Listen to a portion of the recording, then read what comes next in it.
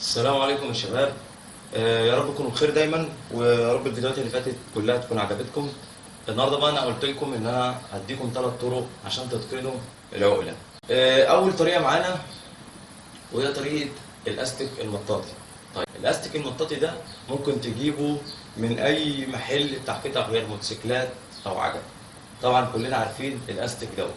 هنبدا نلعب عليه، ودي اول طريقه طبعا واسهل طريقه للناس اللي هي مفيش خالص، ما بتقدرش تطلع على العقله خالص، بمعنى اصح الناس اللي وزنها كبير. الحبل ده يساعدهم ان هم يطلعوا ويجيبوا اعداد شويه بشويه. ممكن يطوروا من نفسهم، وممكن يحطوا مثلا ترابيزه، يعني يشيلوا الحبل خلاص بقى ويبداوا يخشوا مستوى تاني، ويجيبوا ترابيزه ويبداوا ان هم يطلعوا ويتنوا رجليهم، والترابيزه مش هتخليهم ينزلوا تحت عشان ما يتعبوش، فتسندهم وهم طالعين، بحيث لما وهم نازلين من على العقله الترابيزه تسندهم وتديلهم برضه عزم ان هم يطلعوا تاني.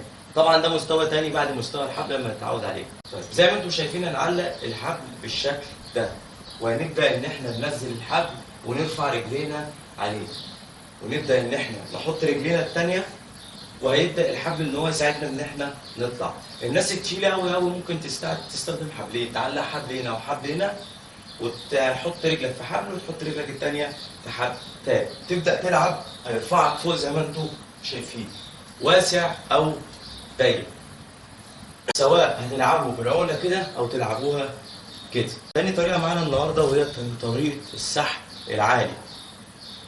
كتير مننا بيلعبوا على جهاز السحب العالي وبرضه ما بيميزوش في عقله وفي جهاز سحب عالي.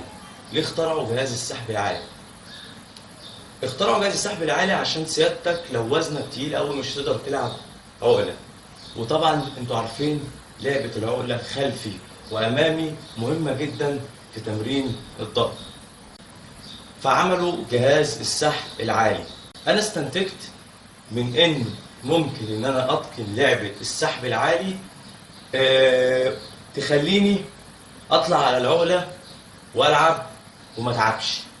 ازاي؟ دلوقتي وانت بتلعب على جهاز السحب العالي ممكن تقفل وزنك، تمام؟ نفترض ان انا مثلا وزني 70 او وزنك 70، ورحت انت معدي ال70 وبقوا 80، يعني انت قفلت الجهاز بقى فيه مثلا 80 كيلو، اصبح ان انت بتجيب 10 عداد ل 80 كيلو، معنى كده ان انت ممكن تشيل وزنك على العقله. لو اتعودت على التمرين ده هيخليك تشيل وزنك على العقله. ودي تاني طريقه انا دورتها في دماغي وشغلتها، اللي هي مثلا ممكن تكون نايمه في دماغ ناس كتير الفكره ديت ومحدش فكر فيها قبل كده. دي تاني تمرينه برضو جربوها، وبرضو مستواها للناس اللي هم برضو مفيش خالص. تالت طريقه معانا النهارده وهي طريقه الثبات. الثبات انا مقسمه لجزئين: ثبات بحركه بسيطه وثبات كامل. طيب بحركه بسيطه اللي هو ان انت بتبقى تحت كده، تمام، وبتبدا ان انت تعمل حركه بسيطه بدون ما تتني كوعك. بتعمل العمليه دي مثلا 3 مجموعات في 15 عده. وبرضو نفس الكلام في الحركه دي،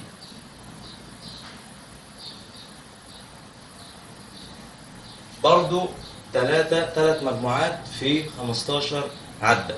الحركة دي بتشغل منطقة الجسم العلوي كله، بالأخص الكتاف خلفيات والترباس، وبتشدهم عشان تخليك تقدر تكمل وتطلع فوق. مرة بتعود جسمك على حاجة زي كده. نيجي بقى للثبات اللي هو الأساسي بقى، اللي هو أساس لعبة العقلة أو الضغط.